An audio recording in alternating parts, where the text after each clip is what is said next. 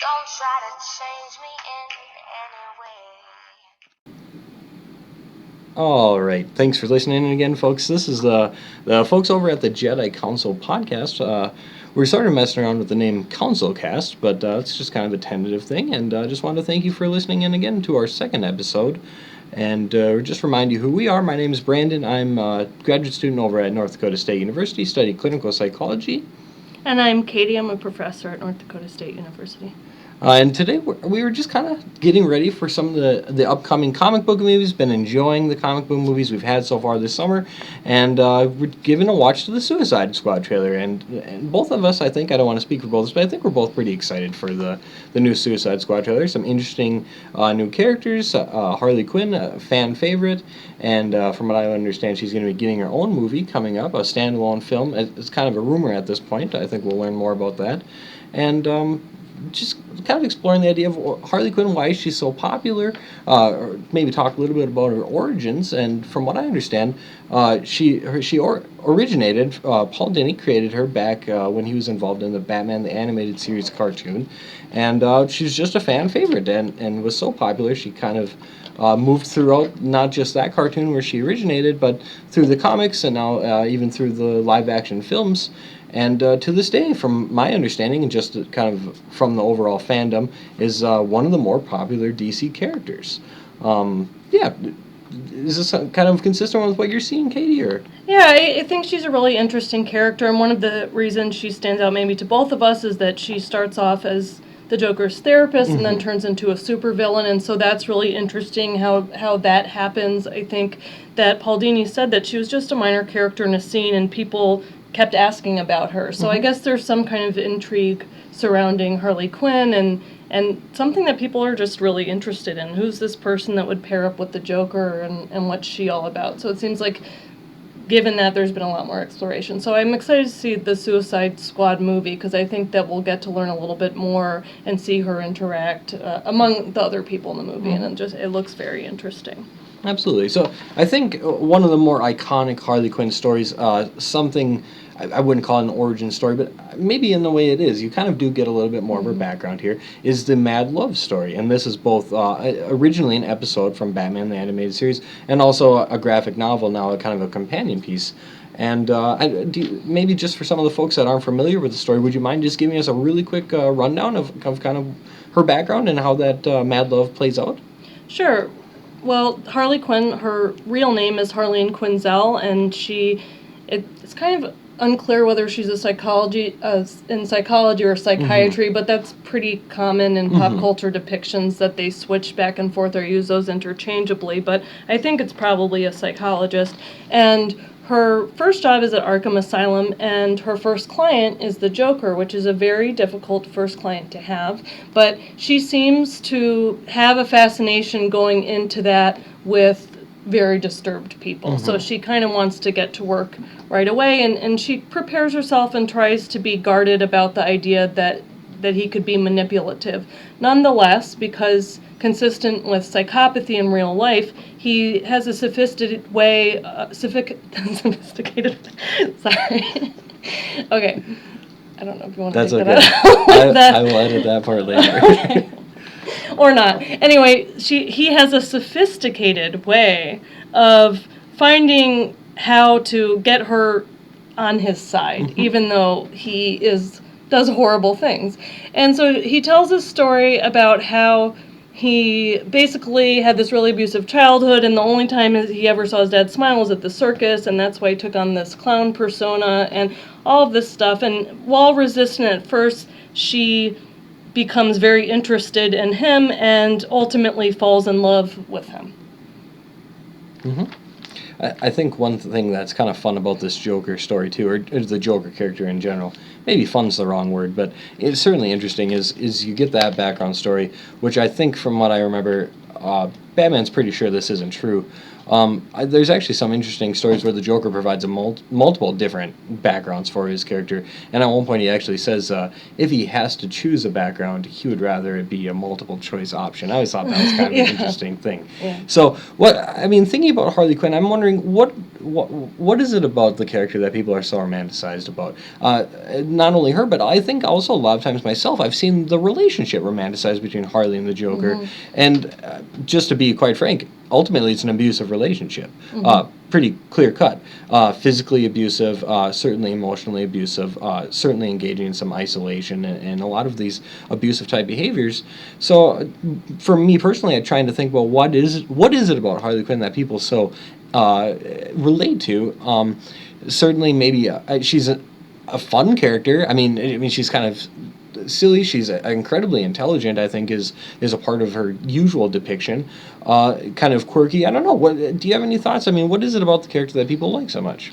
It's not clear, but I think some of it is the maybe comedic relief in that she has this way of talking that I think people, I won't do the impression, but that people find interesting, and maybe it breaks out from some of the horror of the Joker or something like that. But one thing I think that we should stop and talk about right now is the fact that she fell in love with her client and is with him romantically. So yeah, so this is something that is fairly common in Hollywood movies. I can think of a couple of movies off the top of my head that depict a relationship developing between a therapist and a client, and it's not accurate. I mean, really, and it's kind of bothersome to me personally, and I think for a lot of therapists, they don't really like this depiction because it's not what you see in real life. We're certainly bound by some pretty strong ethical guidelines that really guide our practice, and if you were to boil down the biggest things, maybe the couple of the biggest things that we really need to adhere to, is that confidentiality piece, making sure people are talking about with us, they can feel open to express themselves and their past and their lives in the comfort of knowing that information is not going anywhere else, and then also just to maintain that therapeutic professional relationship and not engage in any romantic or sexual behavior with the client, because it's a huge power dynamic. You, as a therapist, you try to maintain that balance, but a lot of times clients are vulnerable, and just with that power dynamic, and they have someone who's listening to them, it's very manipulative for a therapist to engage in that kind of behavior. And maybe in this depiction, of course, it was a little bit of the opposite. The Joker, not Joker. The Joker was manipulating Harley, but it's certainly worth noting this isn't something that is realistic in any way.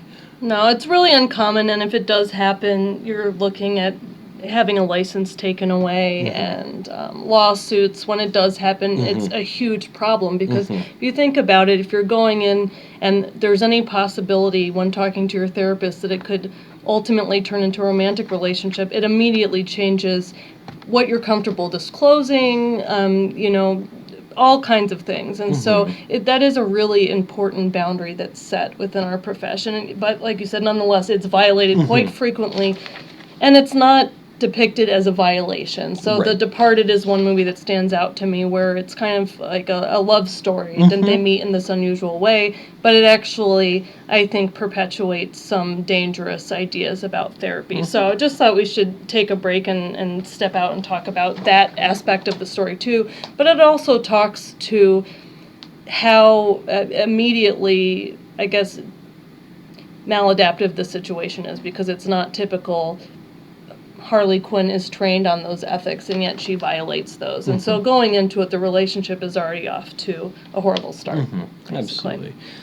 And just to kind of to go a little bit further in kind of the romanticization? I can't say the word today. It's kind of the way that people really seem to engage in this relationship and relate to this relationship.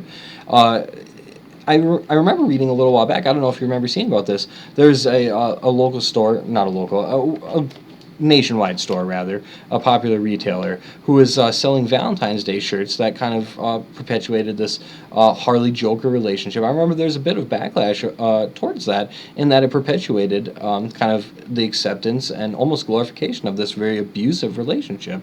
And I remember that kind of got me thinking about this relationship and thinking about how, it is popularized, I think. And it does seem like a lot of people, I know, at least me personally, just perusing the internet, from time to time you'll come across the occasional internet meme that kind of glorifies this relationship. And I'm wondering, it kind of perpetuates this negative not negative stereotype, but certainly perpetuates this acceptance of what is really a fairly clear-cut abusive relationship.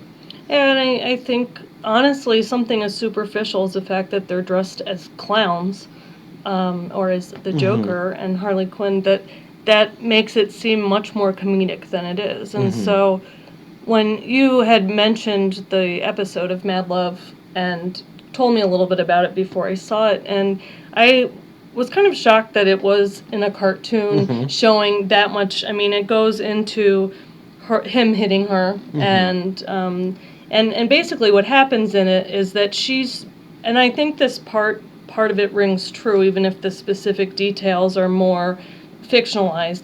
She's trying desperately to figure out how to win his affection. That means a lot to her. And one of the things that Paul Dini talks about in creating that story is that the true part of it that most people can relate to is that a lot of us at one point in our life fall in love with someone who it's mad to want that relationship with them. Obviously, this is to the ultimate extreme of why it's a problem. But he thought that maybe that's why people related to her character. So that was his idea, that there is some part of it, of trying to make something work, even though it's clearly a disaster and not workable. And so I wonder if some people relate to that. I don't think the Valentine's cards or shirts and stuff like that are going that deep into it, but at least that's what he proposed, and that seemed reasonable to me.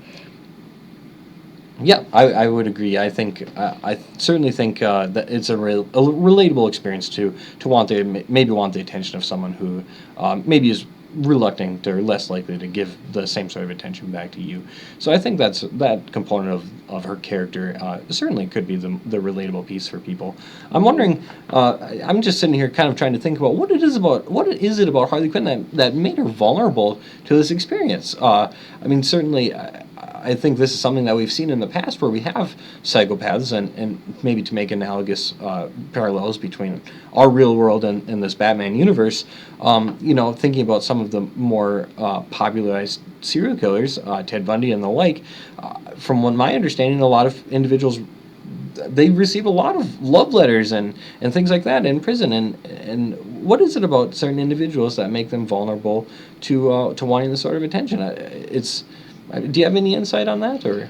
Yeah, I think it gets tricky here, and I know that you and I have discussed this before, is because it's certainly, the blame completely falls on the Joker, right? It's not her fault, but nonetheless, it is worth wondering about why some people are taken in. Why is she, and she's a fictional character, but that's what we do. We think about why fictional characters, what elements of truth there might be. And I think, at least on the side of the Joker and what he's doing, if he is psychopathic, which he certainly exhibits traits of, there is just this level of superficial charm that mesmerizes people. And we certainly saw that with Bundy, both with his victims and then once he was incarcerated. There's some kind of magnetism. Even the judge who was sentencing Bundy kind of famously said, I'm sentencing you to death, and you took the wrong turn. I'm paraphrasing here. But I like you, and I can't help but like you, and I would have loved to see you as a lawyer. You're very intelligent and talented. And so a judge who's supposed to be unbiased, impartial, and have a proneness to be against criminals, especially serial killers who did as horrible things and vicious, violent things as Bundy did, can't help but like him. So I think it speaks to how powerful people with that form of psychopathy can be in drawing people in, And so maybe there was some underlying fascination going into it.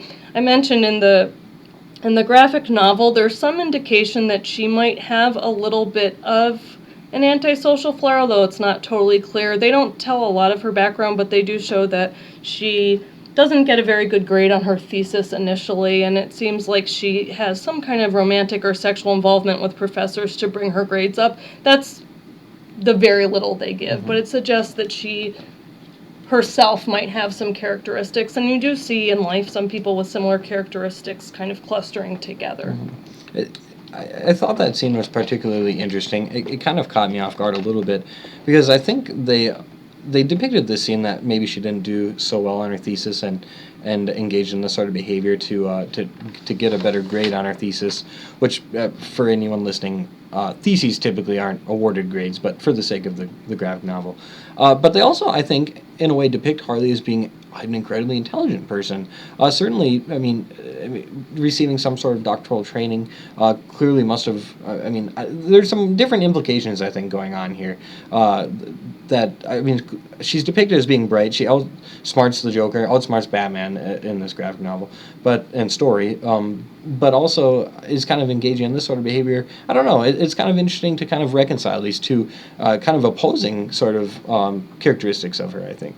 Yeah, and I think that, speaking of opposing characteristics, I think it's important to point out, too, that Harley Quinn is ambivalent about her relationship with the Joker. I mean, there is part of her that really badly wants his affection and wants a relationship, and it's painful, frankly, to see that depicted in both the cartoon and the graphic novel, that she's just desperately trying to get his attention, and she ultimately identifies Batman as the problem in the relationship. So she's not identifying the Joker as a problem, it's Batman. And so she comes up with this clever plan to outsmart Batman, and she thinks that that is going to win the Joker over. But ultimately, what happens, and this is also true with psychopathy, is that his narcissism, because she has now come up with a clever way to solve the problem he couldn't solve, makes him angry. And he hits her and attacks her. And she ends up saying, I don't ever want to be with him again. So she certainly has insight into that. But then she's in the hospital lying there, I'm done with all this, and then looks over and he sent her flowers, and she's kind of has those mixed feelings again and wants to get back together with him. So I think that part makes her a little more realistic in terms of having these mixed feelings, which are really common about a lot of things, but maybe especially in these relationships, that there's this unexplainable drive she has towards him. I mean, it is pretty unexplainable because he treats her horribly, and he's a horrible person. And yet he finds just enough to string her along with some hope that ultimately they're going to have the relationship she imagines in her mind. Yeah. I think another thing that I particularly enjoyed about this story, you know me being the Batman fan, I have to make everything about Batman. There's one really great part, I think, in the Mad Love story where Harley asks Batman, after everything she did to him, why was he still willing to help her? And he just kind of looks at her and tells her he had a bad day once too. And I think that's it's a great side of Batman. A lot of depictions of Batman show this, rough, tough, brawler sort of guy. So I know for me personally, I really enjoy when you get to see this more compassionate side of him and maybe understand a little more of the motivation behind his character and see him engaging in, certainly he doesn't have a lot of time for criminals and for individuals who are infringing upon the rights and safety of others, but he does have this sort of rehabilitative side of him where he understands that a lot of these villains that he interacts with are really the products of their environment. I always just really enjoy that part of his characterization. Yeah, I agree. I think that compassion and empathy, it's almost, Batman obviously is very intelligent and probably understanding and aware enough. He certainly understands the Joker quite well. That's someone who is around the Joker a lot. He has some sympathy for what that might be like to be in the grips of the Joker, even if she has actively tried to kill and destroy Batman. He still has that part of him. So I agree. I think that's a nice part that makes it more complex, because sometimes it does seem like a maybe more dichotomous or black and white justice, criminal versus non-criminal thing. And in that case, he's having some sympathy. in a lot of ways, it really stood out to me. So I know in some of my own clinical work, I've worked with some individuals who are actually perpetrators of domestic violence. And I remember right away, this wasn't always an easy population for me to work with because it wasn't always easy for me to really relate to their experience and some of the actions that they were engaging in. But I think this kind of stood out to me in that I think it's important as therapists when you're working with some populations like that, or maybe with anyone really, to just remember, and a lot of times they are just like Harley might be the product of her environment, the product of the people she interacted with. So just taking that empathetic and compassionate perspective or mindset when working with individuals, I think it stood out to me because I think it's an awesome piece of Batman's characterization, but also a really important skill and something to keep in mind as a therapist. Yeah, that's right. So I think that it is hard. At this, you're holding these views where, on one hand, it's unacceptable to be violent towards other people, and that is absolutely clear. And there's no excuse that makes that okay. Right. But as a therapist, you're taking on the task of trying to reduce that violence and trying to prevent that harm happening to other people. And in order to do that, it seems, the data suggest, that just putting people in prison and not trying to rehabilitate them doesn't stop that violence typically, for a number of reasons. And a big part of it, like you said, is looking to being a product of their environment. So if they're in this environment for 18, 20, 25, 30 years, and you punish them, that's without doing any rehabilitation, it doesn't seem to be as effective. So you find yourself as a therapist, or I found myself in this position because I've also worked with offenders, including sex offenders and violent offenders, trying to find a way to connect to people while simultaneously not excuse their behavior. But in order to get to that pathway where you understand how to stop the behavior, you really have to get what their motivations and underlying thinking are. And so compassion is certainly one way to connect to them. And having that compassion while maintaining boundaries about what's acceptable can be a challenge, but I think ultimately quite rewarding if you can really impact society. Absolutely. No, I absolutely agree. I know one thing that really the message I always try to convey when working with these individuals is I don't condone what you did, but I am on your side. And I think that's so important, and really, getting them to engage in the process and really getting them to learn some new skills that might challenge some of the beliefs that they've developed throughout their upbringing that really can help them navigate these situations in a nonviolent way, as opposed to how they maybe traditionally or originally learned how to navigate them. So I'm curious. I know in my work that there are certain recurrent types of beliefs that tend to lead to this violent behavior, and what are some of the common belief systems that come from their environments that you've seen? It's a really great question. In my experience, and I've worked with a number of domestic violence perpetrators at this point, it's really all about power and control, and I often see a fairly large component of insecurity as well. So engaging in sort of controlling behaviors because they're afraid to lose this individual, and then asserting that power, or physical power, or isolation, or financial control, just to keep that individual in an area that they're comfortable with. I think a lot of it stems from discomfort. So I know really a lot of the real big core beliefs that I have come across are, what I want matters more than what she wants, and I work predominantly or almost exclusively with men. So that's kind of to give you the context for these sort of beliefs. So what I want is more important than what she wants. I think that's probably really the biggest core belief because it really applies to a number of situations. Yeah, just sort of things along those lines. Yeah, I think that that's true, and at least in my experience working with offenders and violent offenders, there seems to be a variety of different people that present. And so there are some individuals who have a clear capacity for empathy and remorse related to their behaviors, and they're motivated to change. And they are the ones that are more open to the skills once you can get them to feel less defensive and more comfortable that you're taking a compassionate stance. However, on the end, you do see people, hopefully not quite to the extent, but more on the psychopathic end of the spectrum, like the Joker.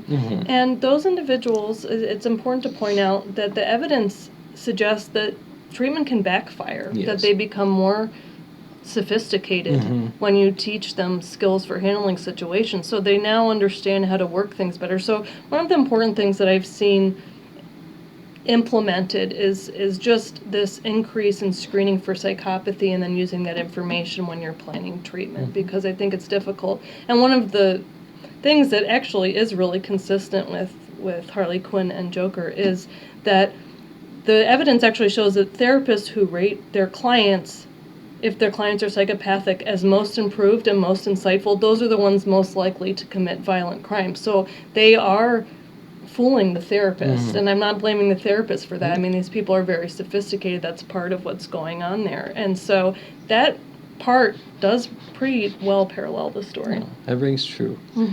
Well, I think that's a pretty nice summary of kind of some of the ideas that we had floating around today. So, and if you had anything else that maybe you want to talk about today, otherwise maybe this would be a great stopping point for today's episode. Okay, sounds good. Well, that sounds good. Well, thanks for listening in. I hope you enjoyed it. If you have any questions or concerns maybe about domestic violence or anything like that, please feel free to send us a note if we can maybe direct you towards any resources. Otherwise, go ahead and follow our Facebook page, follow our Twitter page, follow us everywhere that you can. Tune in, and we're hoping to get more of these podcasts out now that we've kind of slowed down with the summer schedule a little bit more, have a little more flexibility with the schedule. So please feel free to listen in, give us any feedback, and we'll see you soon. You don't own me.